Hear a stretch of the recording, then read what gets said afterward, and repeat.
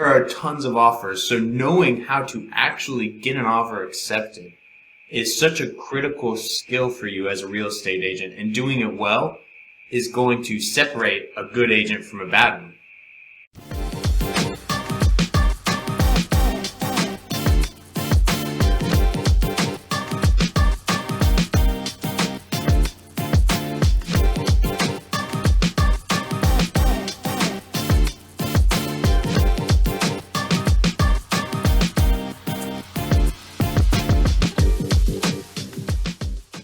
Hello, welcome everybody.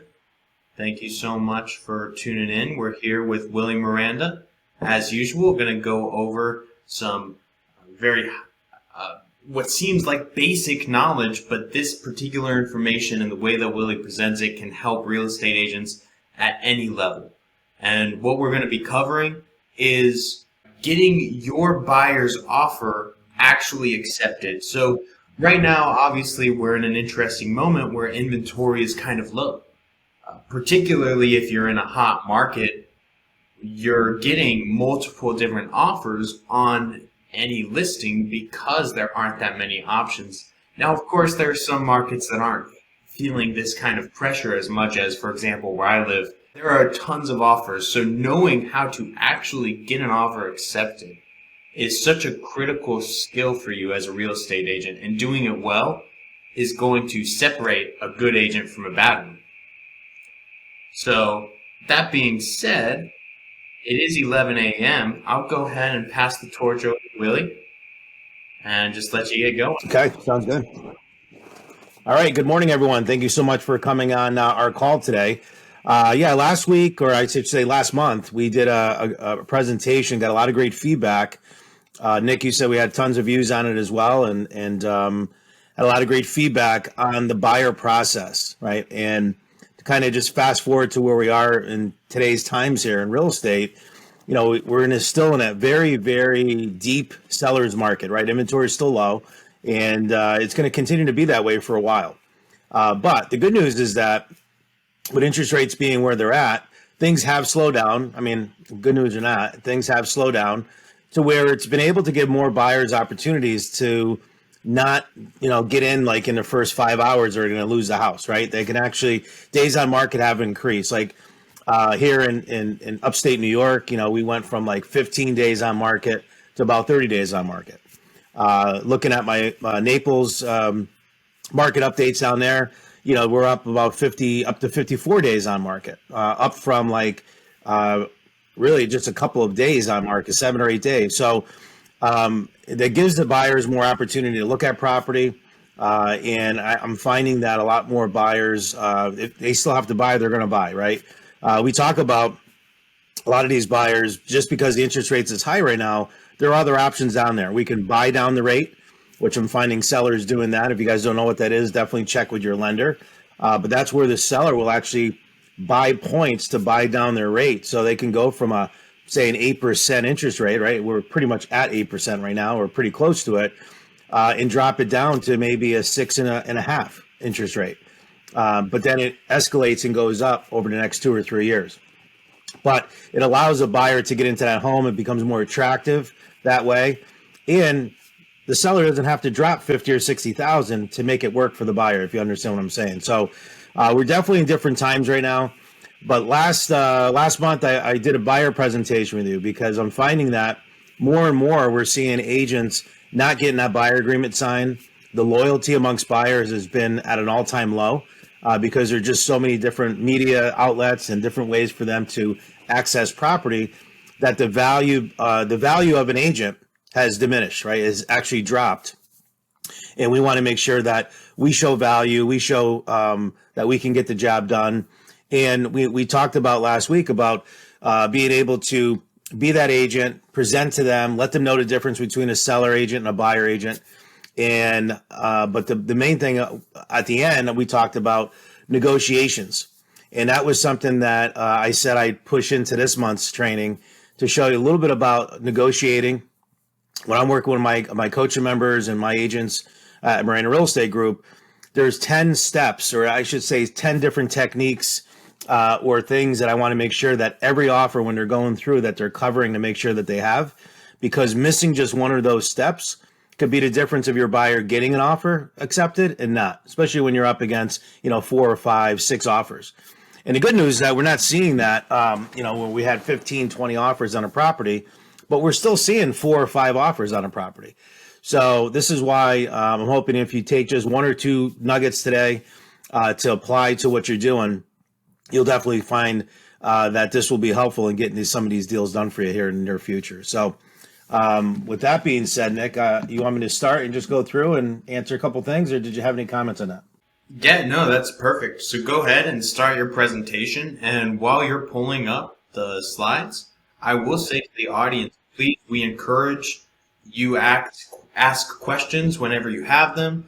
Do not be afraid to comment something. Just open the chat in the bottom of your screen and just leave us any questions you have. Everyone who's watching it right now will be helping thousands of people who will watch it later on the internet and throughout all of our different marketing efforts for these things. So please do not be afraid to ask questions. We are here doing it live for that purpose. All right, so let's start. I'll start with the top left here, right? So we just talked about the whole purpose of why multiple offers and making sure that you have the strongest offer is so important. First step is pre-approval letter, right? We might think that that's not a big deal. We just had a situation this past weekend. We had a listing. A buyer came in, had an older pre-approval letter, and used that in the negotiations. It wasn't a multiple offer, but he ended up putting an offer in. Our agent accepted it, and it was a holiday, Columbus Day, right? It was Columbus Day, and banks weren't open. So Tuesday, I told my agent, when I saw the contract, I said, geez, you accepted the offer, it's pended, and that's okay, but this pre-approval letter is old. We have to make sure that it was like 4 months ago, I said, interest rates, came up almost a full percentage. So let's make sure that pre-approval letter is checked out. Well, needless to say, Tuesday, we find out from the lender that this buyer does no longer qualify with the new interest rate, and it was some other debt or something that they took on.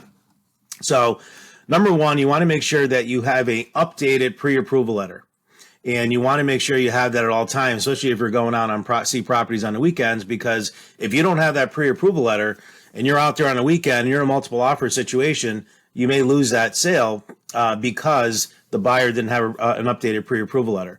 We say within 20 days.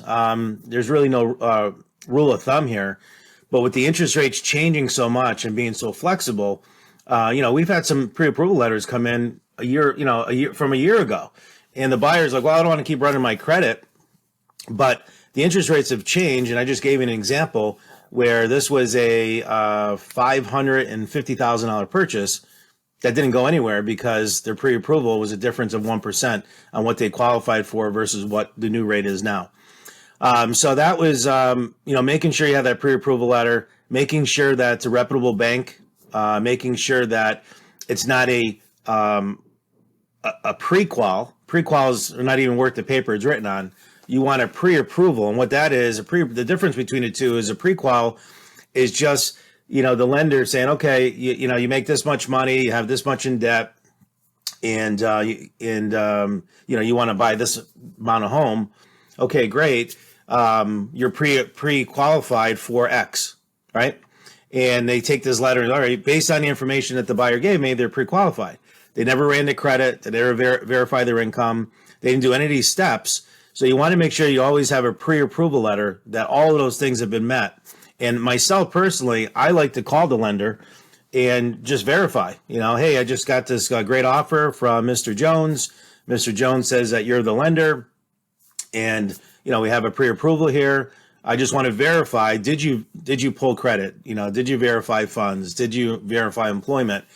And I want to make sure, because I'm representing the seller, and I want to make sure that pre-approval letter is solid, right? So that's number one. You definitely want to make sure you have that when considering writing an offer, regardless of whatever the appraised value of the property is. All right, so that's number one. Number two, be readily available to see homes. I can't tell you how many buyers, or buyer agents, I should say, they're out there with their buyers. A property comes on the market on Friday, and they're like, I'll just show it to you on Monday because, I'm kind of busy this weekend with the family, and I'll show it to you on Monday. Well, guess what happens? Monday comes, house is gone, right? It's under contract. You got to make sure that you're prepared.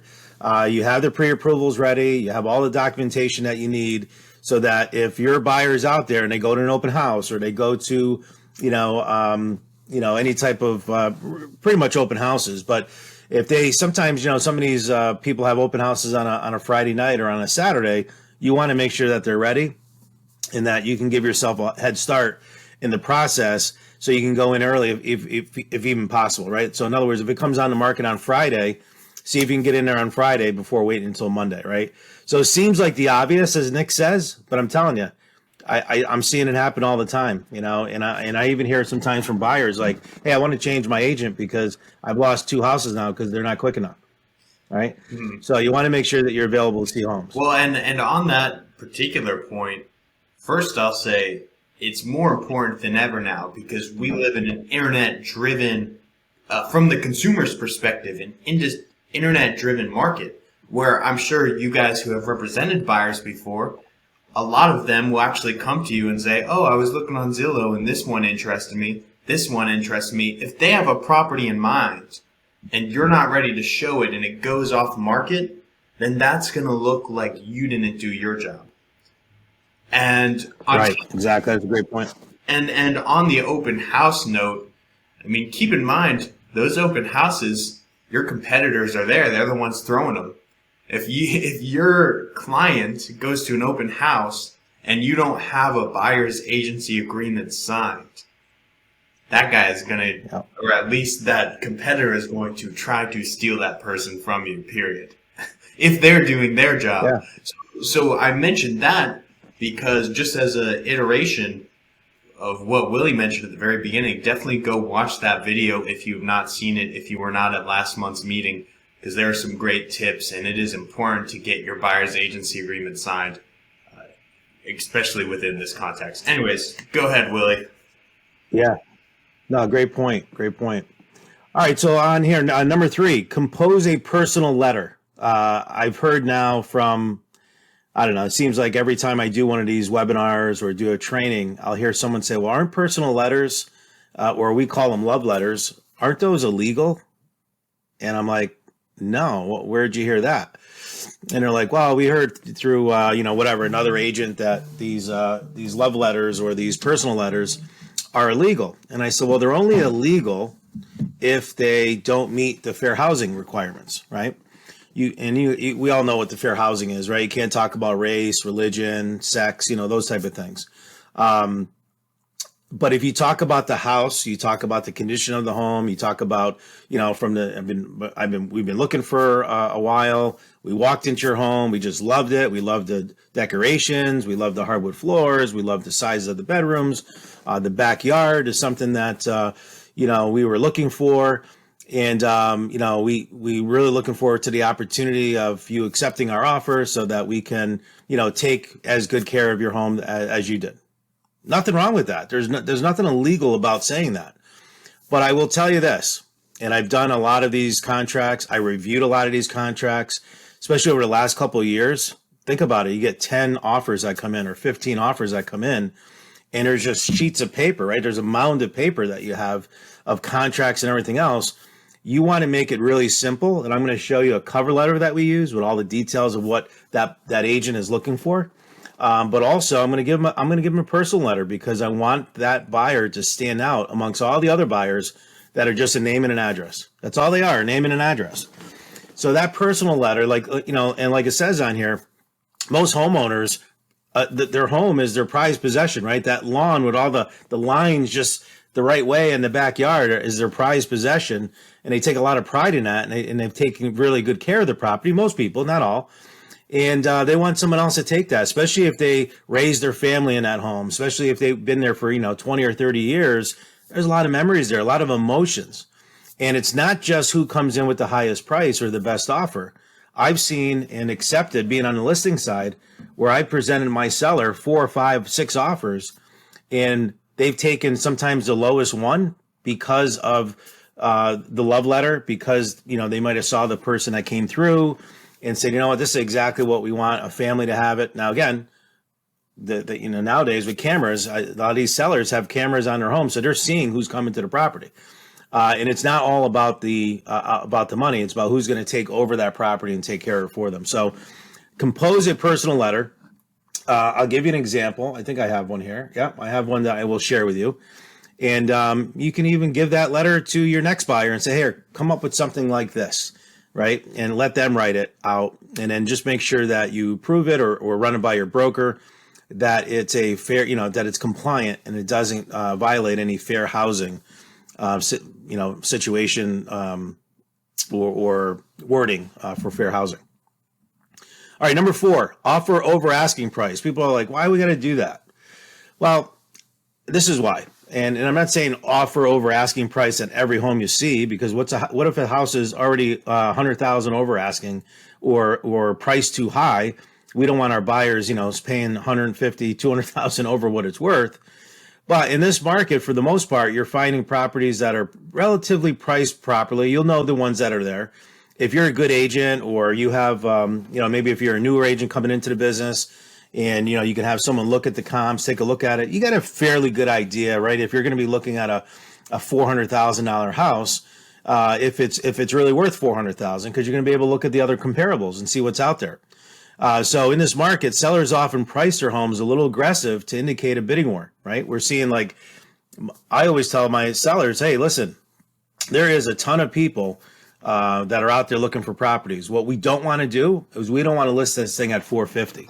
All right, if it's worth $400,000 and we base it on all the comps and we're looking at everything and $400,000 is a good number, we want to list that property at or below. And I've seen some agents actually be $25,000, $50,000 below what those houses are really worth, market value.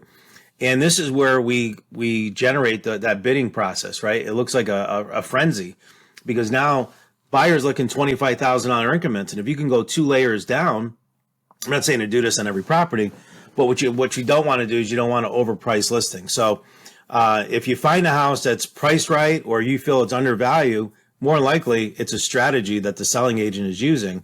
So you need to come over ask. And this is why you have to explain this sheet of paper, and you guys could get copies of this or take a picture of it. But you want to explain this to your buyers, because buyers will, they don't know, right? They're a little bit, I don't want to say it in a bad way, like ignorant about what's going on in the marketplace, right? That's the only word I can really come up with right now. Sorry about that. But ignorant with the process. And if there's a house that it's worth $400,000, the market value is $400,000, but that seller put it on for $369,900, buyers feel, hey, let's come in at $360,000, right? Let's come in at $350,000. Well, no, it's worth $400,000.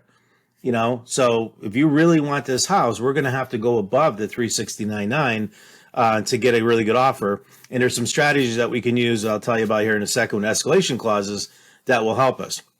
The other thing is that consider looking at homes slightly under budget to allow wiggle room for your buyer. If your buyer is only qualified at $400,000 and it's listed for $400,000, well, good chance he's not going to get that. Like, don't even bother going to see the property, because it's going to sell for over $400,000, maybe $420,000, $430,000, whatever that may be. And if they're only qualified for $400,000, they're going to be very disappointed.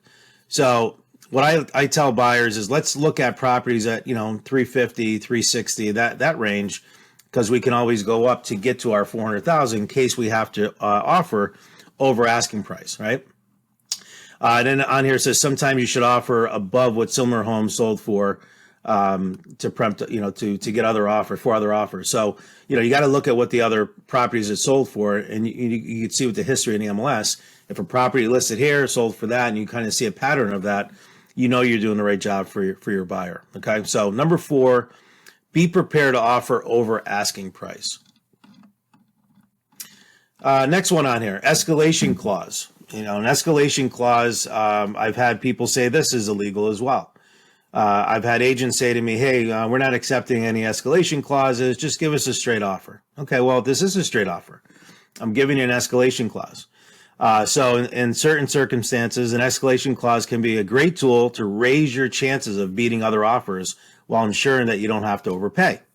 Allows you to offer the seller a certain amount over the highest offer up to a predetermined price. So not to make this too complicated, But an escalation clause is basically a great tool, especially when you're multiple offers, right? And what an escalation clause does, so let's just go back to our $400,000 example. You have a property that's listed for $400,000. It's worth $400,000, maybe even a little bit more. Your buyer just loves it, wants it. Willie, I will pay $450 for this house. I have to have it. And you're just like, geez, $450. I don't know. I really don't see the comps for that. Maybe $420, maybe $425, but $450 is a lot of money. $450 is a ton of money. But I hate to have you miss out on another property or from another buyer that might be putting in $421 or close to what you're willing to pay, and then you end up losing it. So why don't we do this? Why don't we do an escalation clause?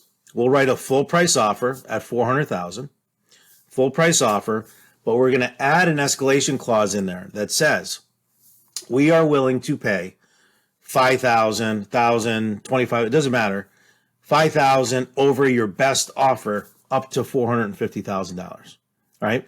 So now the seller is saying, okay, I have a $400,000 offer, but they're willing to pay up to $450,000 or $5,000 over the best offer. So here's the benefits, right? The benefit is for the seller, you know how high they want to go, but to be fair, they're giving you a full price offer. So they're saying that we'll pay you $400,000, but we'll pay you also, if there's another offer comes in at $420,000, we're going to give you $425,000. If another offer comes in at $430,000, we're going to pay you $435,000, right up to $450,000. So I think you guys understand how that works, but an escalation clause will allow you to be able to save money sometimes, because you hear, like I've had this before where I've had a buyer that, let's just give them a $450,000 offer. And I'm like, hold the phone. Let's do the escalation clause. And we've been able to get $420,000 out of it, or $415,000, right? So I just saved that buyer $30,000, $35,000 that they were willing to pay just to secure a house by just using the escalation clause. All right. So you definitely want to do that. Some agents now are using a strategy with escalation clauses where they're not putting a cap. They're not putting that $450,000. They're just saying it has no cap. And I'm like, it's kind of bait and switch a little bit, but it allows the conversation to come back and to have that agent come back to your buyer agent to say, I see here you don't have a cap. We have another offer at $450,000. We'll come back to you at $455,000. It allows your buyer agent to say, you know what, we didn't think it'd go that high, so we're gonna pull out of the contract. But it also allows you to not lose something over $1,000 or over $5,000 if the escalation clause, if you got beat out on it and it went above $450,000 and your person was willing to pay that. So kind of went back a little around with that, but escalation clauses, I'd be more than happy to answer any questions on that, any specific situations, but definitely a very valuable tool to use. Okay, next one, waiving inspections, right? So this would be number 6, waiving inspections. Again, I don't always like to see buyers. Was that? Willie, sorry to interrupt. We had a question here about escalation clauses.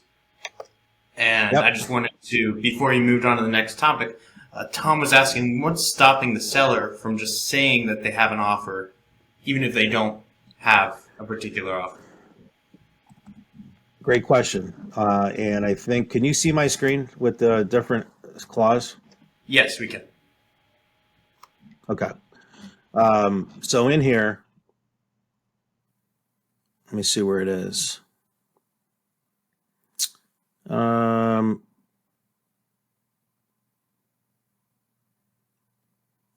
What we do is we do ask for the copy of it, a copy of the actual contract.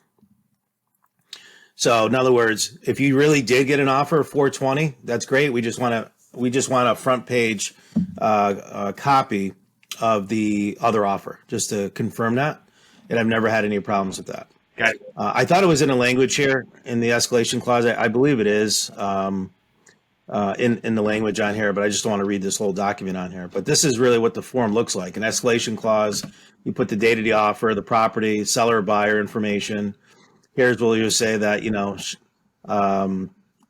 net proceeds to the seller with a certain amount, escalation clause. Sales price it should not exceed the cap, right? That's where you put the cap in there. So this is an actual, again, it's proven form and it's a proven way of doing that. So to answer your question, Nick, we want to see proof of the other offer because you're right. If they're willing to pay 450, well, let's just say we have a 445 offer and take the 450, right? So there's some integrity situations there and stuff like that, but I've never had any problems getting that information from the buyer. Awesome. Thank you. All right. And it is a Yep. it is a conversation. Now this is obviously provided by Global MLS, so I'm sure most local MLSs will provide an iteration of it. If not, if you're a My State member, Yes. we'll make sure to have an iteration of it available to you on our forms and resources page. With all and any forms, even from your MLS, make sure to run it by your broker if you're uncertain. Classic disclaimers.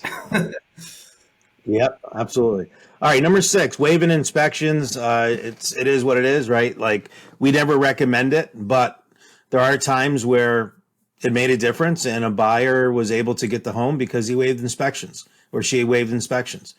So my approach to it is this: if I have a buyer that we're working with, and again, a lot of times these properties come on the market, Wednesday or Thursday with an open house on Sunday. And they get all these showings that come in, right? You got 20, 30 showings that are going for this property. I try to get in there as quick as I can. If I can get in on a Wednesday or I can get in on a Thursday, and I'll go take a look at the property with the buyer. If the buyer really loves it and say, wow, we love this house, we got to have it. And I'm like, okay, well, you got to come in strong. And one of the things that we may want to consider is waiving the inspection, but I want you to have someone at least look at it. So we set up a second showing, usually, the next day or that same day, or maybe, if you can get an inspector to do so, or maybe it's on Saturday morning. We get the inspector in there and just do a visual walkthrough with the buyer. And I've seen this happen over and over again. And I think it's a smart move. Some people may say, well, you can't really do that. Well, no, you can. There's no, offers are being multiple offer situations. Sometimes it's not until Sunday night or Monday morning. If you can get an inspector to go through, or, sometimes people have a family member that's a contractor or someone that they really trust that really knows, the homes inside and out, they can go through and do that. Now, they can't do septic or they can't do, maybe they can get a well water test done quickly or something like that. But, you're not going to be able to get a septic pumped out and inspected, over the weekend. But your normal pest, looking to make sure there's no termites and kind of walking around, make sure there's nothing structurally wrong with the property, those type of things, check for mold, those type of things. A lot of that stuff you can. And we've had very good success with that happening. Now, that's only happened a handful of times. I'm not saying that this is something we do with every buyer. But if we have something that we feel that, the risk tolerance for our buyer is that, hey, I'm willing to waive inspections, I'm like, great, but let's see if we can get someone in there just to kind of give it a third eye here and make sure that we can make sure we're not missing anything that could be a major. But waiving inspections are very, very good in multiple offers because that's what the sellers fear a lot of times. And there may be nothing wrong with their home, but let me tell you, even new construction home has inspection issues. So definitely something to consider when doing that. Number 7, shorten the contingency timeframes, right? You want to make sure that your inspections are not out 2 or 3 weeks. If you can get that inspection done, hey, I can get these inspections done in 3 days, 5 days. We just had the one in Florida for 3 days this past week. Getting inspections done, great. We're pushing to get that done, and the seller felt very comfortable with that because they were going to know in 3 days, not wait 2 or 3 weeks off market to find out there's something wrong with their inspection. All right. So you definitely want to shorten those windows. The purchase date as well. Like you don't want to go out 2-3 months. Florida's a title state. These guys are closing sometimes in weeks. If you have a mortgage, you have a mortgage contingency. You want to make sure you get that done. And this is why if you're pre-approved and all your documentation has been verified, everything is there, all you have to do is go find the house. But if you're just starting the process, when you put that offer in, it's going to be a longer drawn out process. You want to make sure that you're already pre-approved ahead of time. So again, find out through your lender what the earliest contingency date is on a mortgage, because you don't want to be in a situation where you're unrealistic and say 2 weeks for the mortgage and there's no way they can get it done, and then you have problems, right? or worse yet, the seller has the option to just walk away from it and be done with it. So you want to definitely look at that as a major thing to do, shorten that contingency time frame. All right, let's talk about increasing your down payment, number 8. Let me just shut this window down here. Number 8, increase your down payment. All right, a lot of sellers feel that if a buyer is coming in with a higher down payment, 10%, 20% down, that they're going to be more qualified than someone coming in just at 3% or 5% down, right? So definitely consider putting more money down in a larger deposit when you make that offer. You need to pay that money at closing anyway, so why not do it right up front?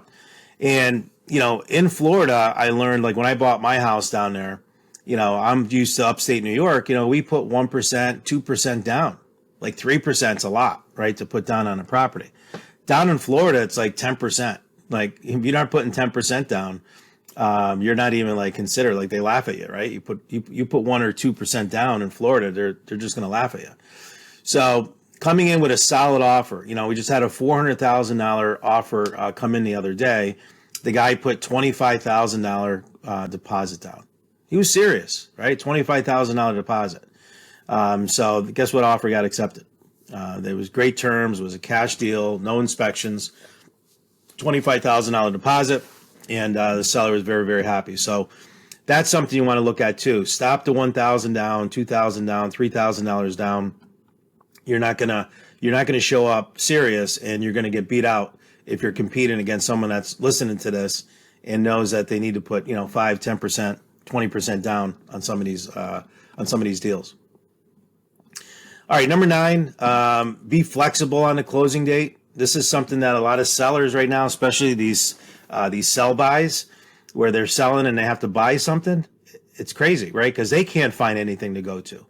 So you want to make sure that you're not inflexible, and the sellers sometimes, can't move out of their house either. So you need to accommodate their time frame.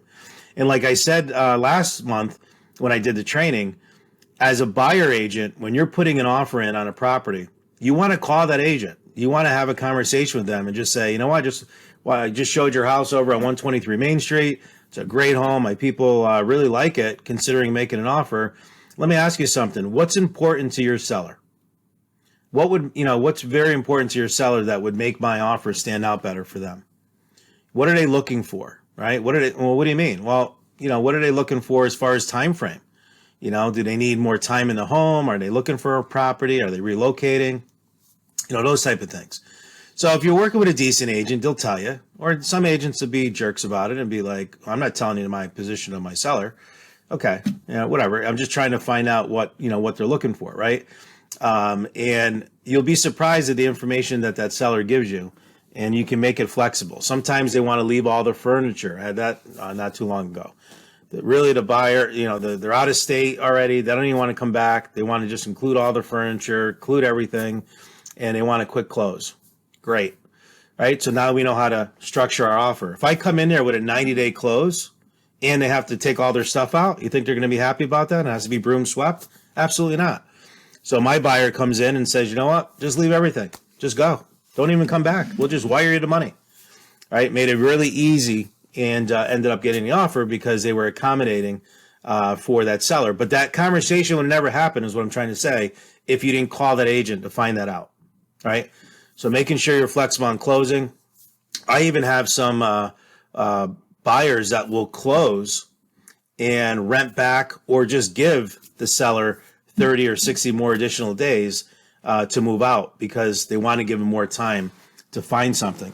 That's made a difference on numerous situations here over the last 2 years, where we just said, hey, would it be okay if we just closed on November 1st, and then they just stay there until January 1st, rent free, and we'll just get we'll get the insurance binders and whatever we need to do to make sure everyone's protected. But it was worth it to that buyer to get that home in that neighborhood, with the pool, with the backyard, with the lake in the back, to wait 60 more days to get the home of their dreams, where inventory is really short. And it was great for the seller because they didn't feel like they had to move twice, and that they can give it a little more time to make their move.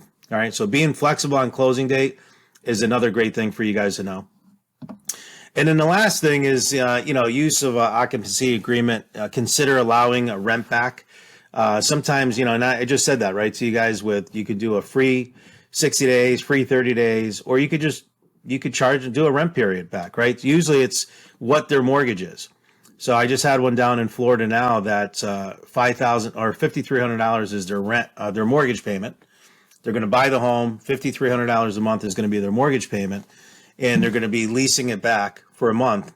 And they're charging they're charging the seller $5,300 for that month to stay there. Okay, so you could do that as well. So that, in other words, you lock up the house. The seller's happy because now they got money in pocket. And now they're going to go buy another home, sometimes cash, because they're going to take the equity out of this home, go buy another one. So it gives them a little bit more time to do so. All right. So that's a great thing for you guys to think about as well, about making sure that you do a rent back with the buyer or with the seller when representing the buyer. So disclaimer on here, there's always risk involved with these tactics. Consult your realtor, attorney. Probably should add broker on there as well. Because, a lot of these things, different states, different rules, those type of things. But I would say overall, these 10 items here are pretty concrete. And, when I talk to my agents, and sometimes, I missed out. I coach a member, I've been working with this person. I missed five offers in a row. I'm like, really? 5 offers in a row? And I'll just hit this sheet. I'm like, did you do this? Did you do this? Did you do that? Oh, no, I didn't do a letter. Okay. Did you do this? No, we went under asking. Okay. Did you use an escalation clause? No, I didn't do that. Did you wait? I'm like, well, this is why you're not getting anything approved. You got to be strong. You got to be aggressive, but you also have to protect your buyer, right? So these are 10 multiple offer tips that I wanted to share with you guys today, that I hope you guys get a lot from. And I'm just going to share with you just real quick the love letter that I mentioned, right? We call it the love letter in our office, but you can call it whatever you want. Basically a cover letter or a letter from the buyer. But here, we'll just kind of go through it real quick. We recently saw your property at 9 Lakeside Avenue in Edinburgh this evening. The moment we walked inside, we knew it felt like home. Isn't that great as a seller to be able to hear that? Versus just a name and an address on a contract. When you're standing from the water on the bridge, we love how the house looks with the large porch looking out onto the lake. We have been driving around this lake for a number of years looking for a place where we could come on the weekends to enjoy this peacefulness of the lake, and we feel your home is the perfect fit, right? Emotions. Remember, we're in the sales business and we have to sell to emotions.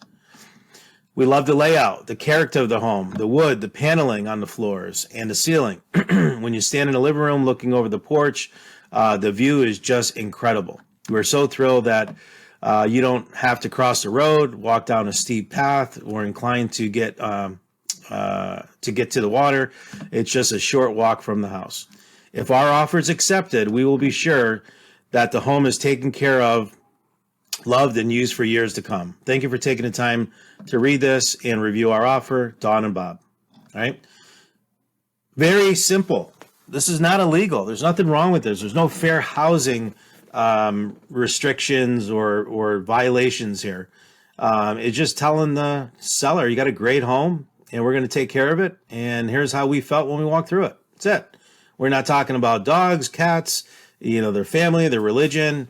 We're not talking about, anything like that, that's going to jeopardize fair housing. But this makes a huge difference. And I can't tell you, even my own agents, I didn't do the love letter. I'm like, it's just very defeating when I hear that, because we talk about this all the time. And it's very simple to do. So take a picture of that. And if you want, send it to any buyers that you're working with and tell them to come up with something like that. Or I've had some agents type it up themselves and help the buyer out. You could do that as well.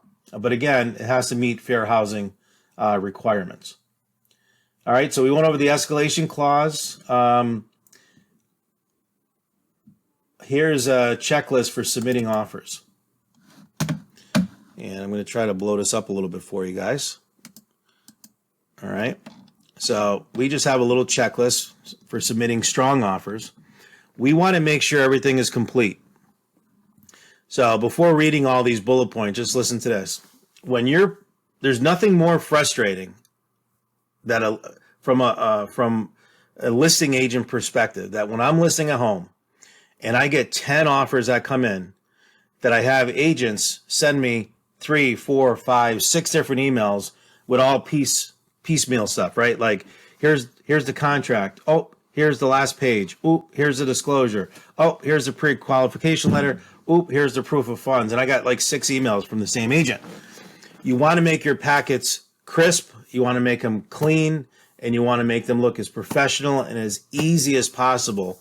When you go ahead and deliver that to the listing agent, you want to show up like no one other, right? You want to show up like no one else, and you want to make sure that everything is there, the packets are there, everything is signed, everything is typed up, and it's a clean document. Okay. I get contracts sometimes all written out in pencil. I think some of them, in ink. They're just writing it sloppy. I can't read it. I just put it to the side. I look at the price and all that, and I obviously have to, show my seller.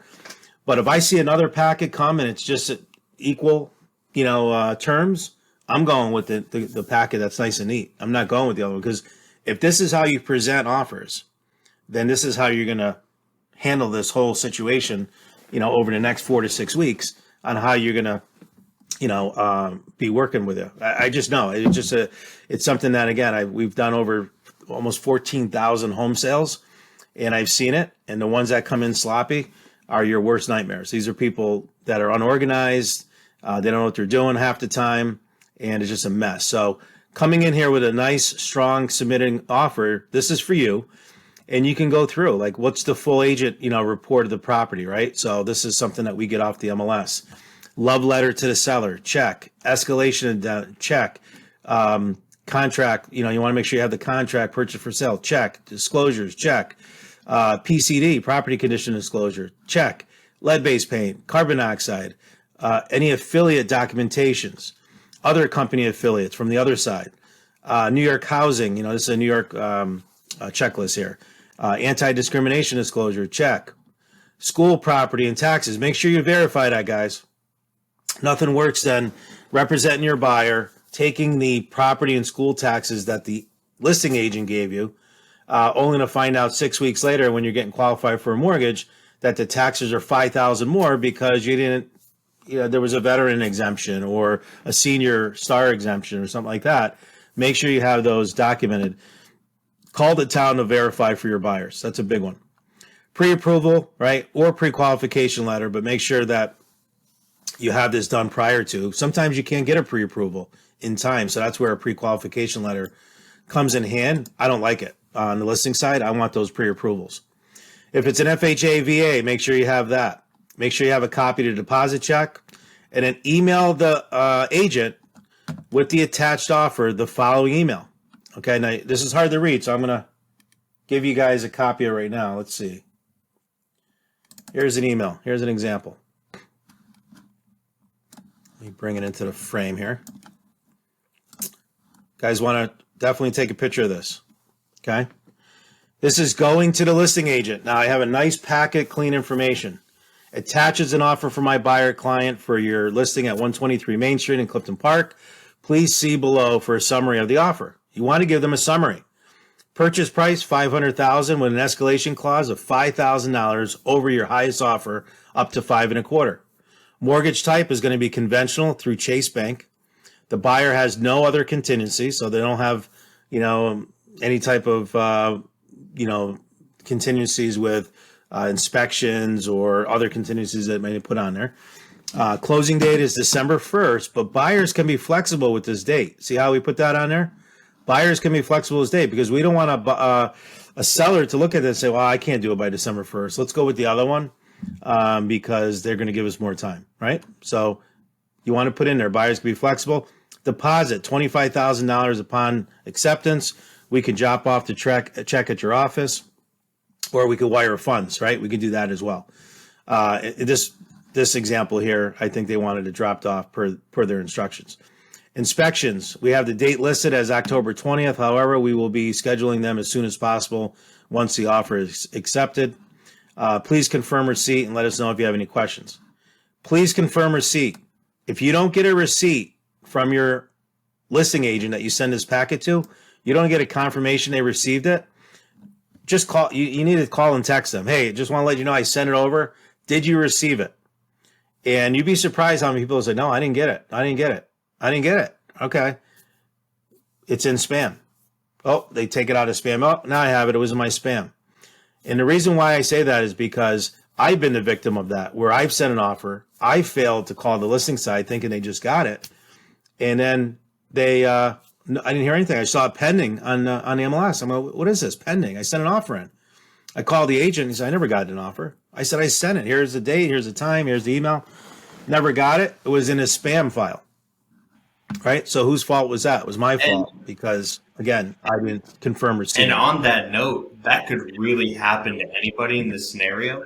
You are sending an email with multiple different documents, and as someone with an expertise in email marketing and server deliverability and all of that quality stuff, if you are sending a document with 12 files in it, regardless of how cleanly you use your email address, there is a potential that their server provider is going to send it to spam. There's a chance. So what he's saying, definitely do that, because if it can happen to Willie, it can happen to anyone, I assure you. Yeah, it was definitely, these things that I share with you are not things I'm just making up. They're things that have happened to me or my agents or my coaching members. And we have just, it's not going to happen again. It's not going to happen again because we have a checklist and we have a process for doing this. And this is why we're able to close a lot of homes, a lot of listings. And the presentation I went with you, it works, right? These are the things that you need to implement in your business so that you're not losing out on business and that you're green and growing, as I say, right? You're just moving and always building on your craft and being better because I tell you, it could cost a seller or a buyer thousands and thousands of dollars. And if they find you to be, what's the word I'm looking for? If they find you to be at fault or, someone that just didn't provide their best fiduciary responsibility, you could be sued over it as well. So you want to make sure that you protect yourself at all times. All right. So I'm open to any questions. That's pretty much what I had for you guys today. And hopefully you guys got a lot of value from that.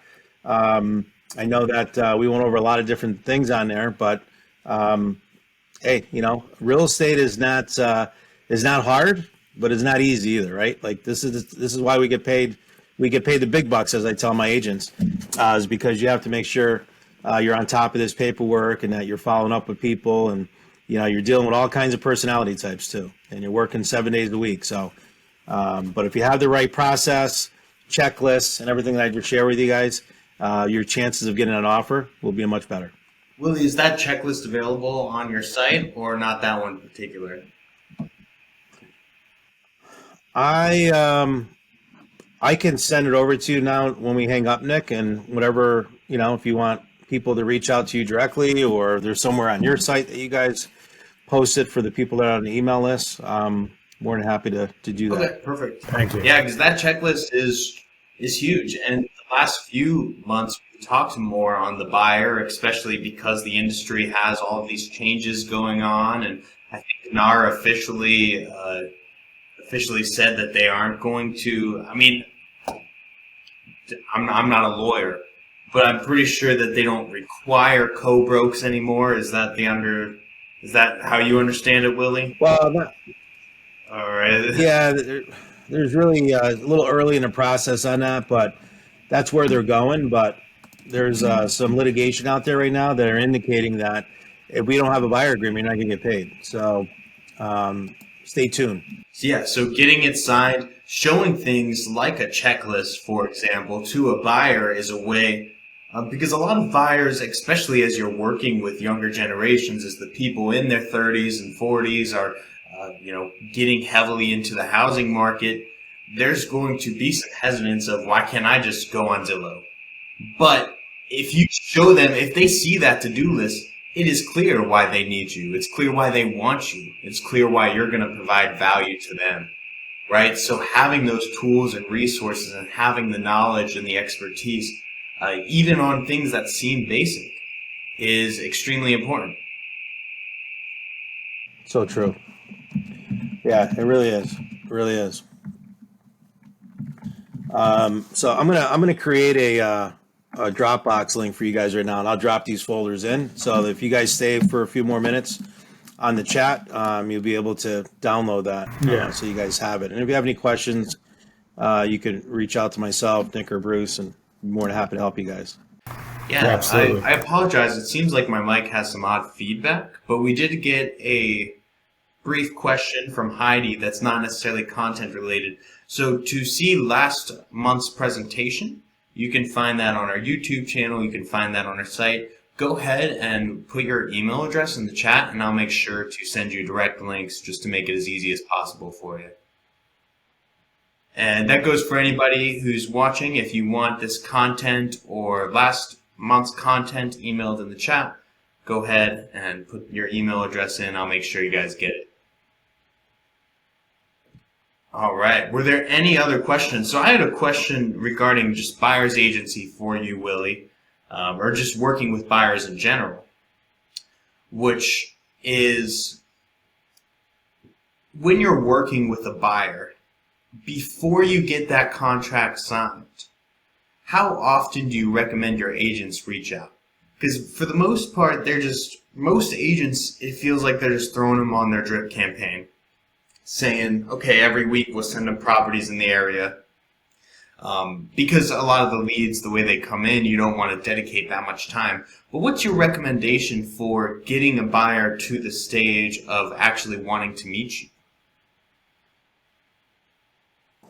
Well, I guess it really comes down to time and motivation, right? But we got to show value. Like, why go to you versus the 1.4 million realtors that are out there? You got to really show that value, and the value is going to be that you can give them properties that they can't get. So you have to demonstrate that. So when you're talking to people, or a lot of it in your marketing or copywriting, your advertising, is that not only am I going to give you properties that are on the market, but also properties that are off market, right? And properties that are not even on MLS, they're not even on Zillow, and these are properties that I have access to, right? So as an agent, you might say, well, what is those properties? How do I get that access? You're going to look up expireds. You're going to look up for sale by owners, right? You're going to look up, people in your own database that that we're thinking about selling down the road, but they just weren't ready to do so yet. You want to be able to provide that content for them. So it really comes down to what do you do different? How do you stand out? And that's how you're going to get that attraction, if you would, for those people. So that would be the first thing I would say, is show that you're different. And then the second thing is, how often, I think was the other question, do you keep chasing these people, or how often do you keep calling them? Is that, there's a whole thing like buyers are liars, right? And not that they're liars, but they're just like anyone else.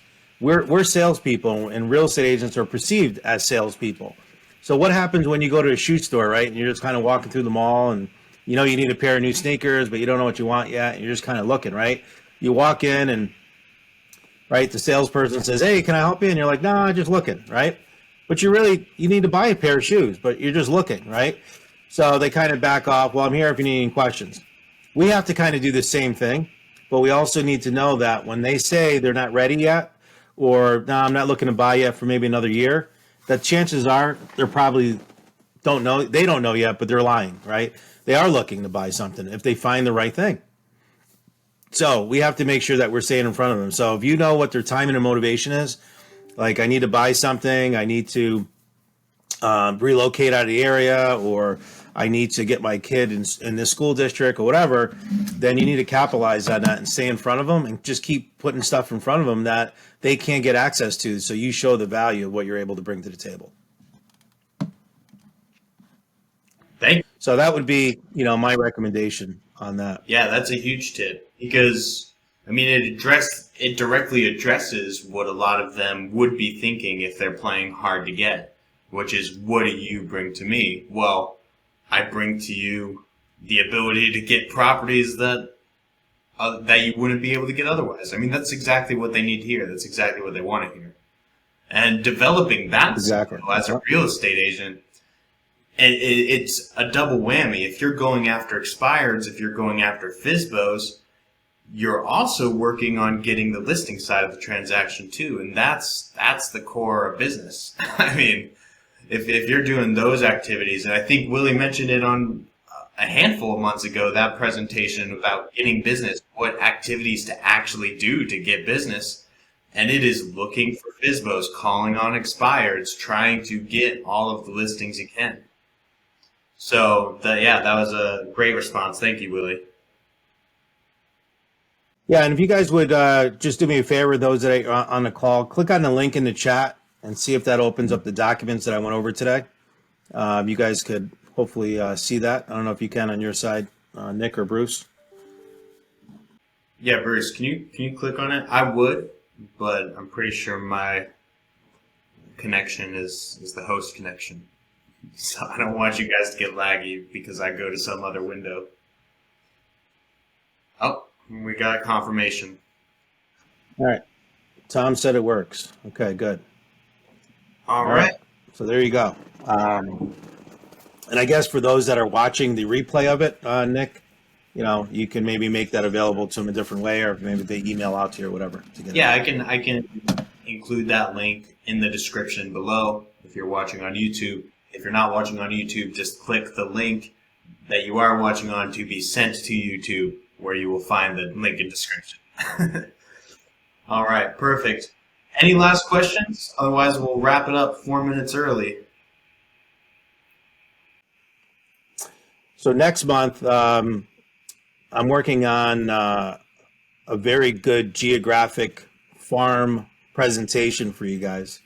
I've made hundreds of thousands, if not over, probably millions of dollars between myself and my agents on geographic farming, where you're going to get a 10 times return, 15 times return. I've seen them as even higher than that.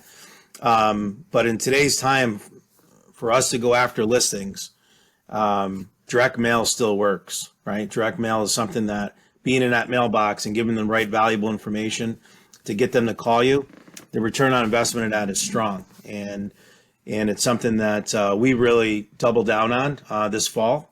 And I just put a presentation together this past week that we're working on, and I'm going to be working with a couple brokerages down in New Jersey and going a little deeper with examples and samples and that type of thing. So we're going to be pushing that, and I'll be able to share that with you guys next month on our training call. And hopefully, there'll be some really good examples for you guys to be able to take home and be able to really understand why a geographic farm is important, how to select a geographic farm, how many people should be in that farm, what you should be sending out to them, and what your expectations should be, right? You don't want to be a one-hit wonder. What I mean by that is that some people get in geographic farming and they send out one postcard, right, to 500 people in a neighborhood. No one calls them, and they're like, well, geographic farming sucks. And it's not. The expectation is that it takes 7 or 8 times for people to see you in order to recognize a brand. Same thing with Coke, Pepsi, and everything else. Why they're so successful is because they've just branded themselves and advertised themselves over the years. So it's proven that if you can commit to this process for 12 months, you should be very, very, you will be very, very happy because you'll be able to get the right message across to attract sellers to work with you, because they're not online. A lot of these sellers are not online. They're not scrolling through Instagram. And they want to go with someone that's a local expert and is knowledgeable on what's going on in a local market, but also shows evidence of success, right? Sharing testimonials, sharing different examples of other neighbors that may have sold in the area. And some of them don't even have to be your home that you sold, right? You can just share the information of what's going on in a neighborhood and what has sold. And sometimes perception is reality. Sometimes I've had people say to me, wow, I know you sell so many homes in the area, right? And they think that the market sheets that I send them are all the houses that we sold, and it's not. It's just what's sold in the area, and I'm just providing that information to them, which is all free to all of us. But we need to get that out there. So that will be next month's training, and I'll get with Nick and Bruce, and we'll organize a date and time. Absolutely. Yeah, that sounds great. And yeah, when it comes down to it, this is Ask the Experts number 7 or 8. Now I want to say I'll actually count so the next time I can announce the proper one. But if this is the first one that you've attended, there is a lot of fresh content, a lot of content to come. And yeah, thank you guys so much for watching. Absolutely. Be All right, looking sounds out. good. Thank you, guys. Thanks, Nick. Thanks, Bruce.